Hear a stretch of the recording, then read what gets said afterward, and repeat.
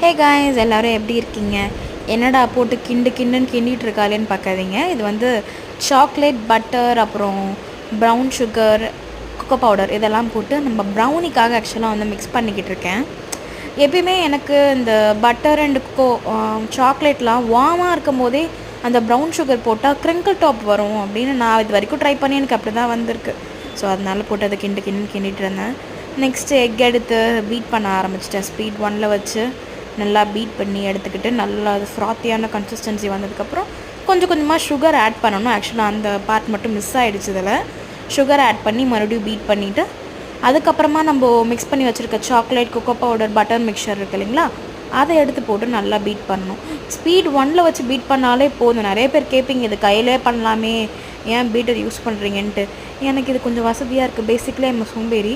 So இது கொஞ்சம் ஈஸியாக இருக்குது அப்படிங்கிறதுனால பீட்டர் வச்சே பண்ணிடுறேன்.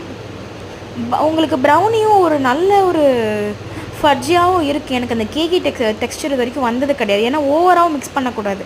அதெல்லாம் மிக்ஸ் ஆகிற வரைக்கும் நம்ம மிக்ஸ் பண்ணோம். ஸோ இந்த கன்சிஸ்டன்சி வர தெரிஞ்ச உடனே நான் வந்து பீட்ரு எடுத்துகிட்டு விஸ்க்குக்கு மாறிடுவேன். விஸ்க் வச்சு பீட் பண்ணிவிட்டு அப்புறம் ஸ்பேச்சுலா விட்டு வழித்து விட்டுக்குவேன்.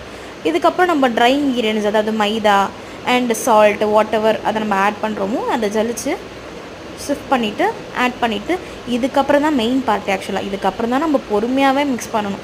இது வரைக்கும் நம்ம எப்படி மிக்ஸ் பண்ணோன்றது மேட்டரே கிடையாது. ஏன்னா மைதா போட்டு நம்ம எவ்வளோக்கு எவ்வளோ மிக்ஸ் பண்ணுறோமோ அவ்வளோக்கு அவ்வளோ பேட்டர் வந்து ஹார்ட் ஆகிடும். ஸோ அதனால் ரொம்ப கம்மியாக மிக்ஸ் பண்ணணும். எனக்கு ஆக்சுவலாக வந்து ஒரு குவார்ட்டர் கேஜி தான் வந்து ஆர்டர் கொடுத்துருந்தாங்க ஆனிவர்சரிக்காக. பட் நம்ம சென்னையிலேருந்து ஆர்டர் பண்ணியிருந்தாங்க.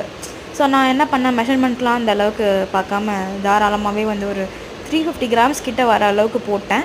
அது இல்லாமல் நம்ம டாப்பிங் போடும்போது கிட்டத்தட்ட வந்து அது 400 கிராம்ஸ் கிட்ட ஆயிருக்கும். ஆக்சுவலாக வந்து இவங்க வந்து என்னோடய மேடம், என்னோடய டீச்சர், அவங்க ஆர்டர் பண்ணியிருந்தாங்க ஆனிவர்சரிக்காக.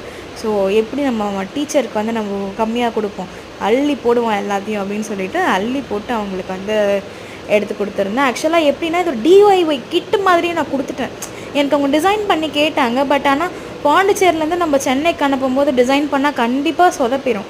அப்புறம் என்ன பண்ணேன், நம்ம என்னெல்லாம் வந்து டெக்கரேட்டிவ் ஐட்டம்ஸ் போடுவோமோ அதெல்லாம் நீட்டாக ஏர் டைட்டாக பேக் பண்ணிவிட்டு இந்த கண்டெய்னரில் வச்சு கனாஷும் ரெடி பண்ணிட்டேன். ஸ்ப்ரிங்கிள்ஸும் வச்சுட்டேன்.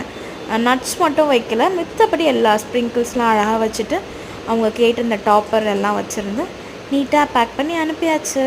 அவ்வளோதான்.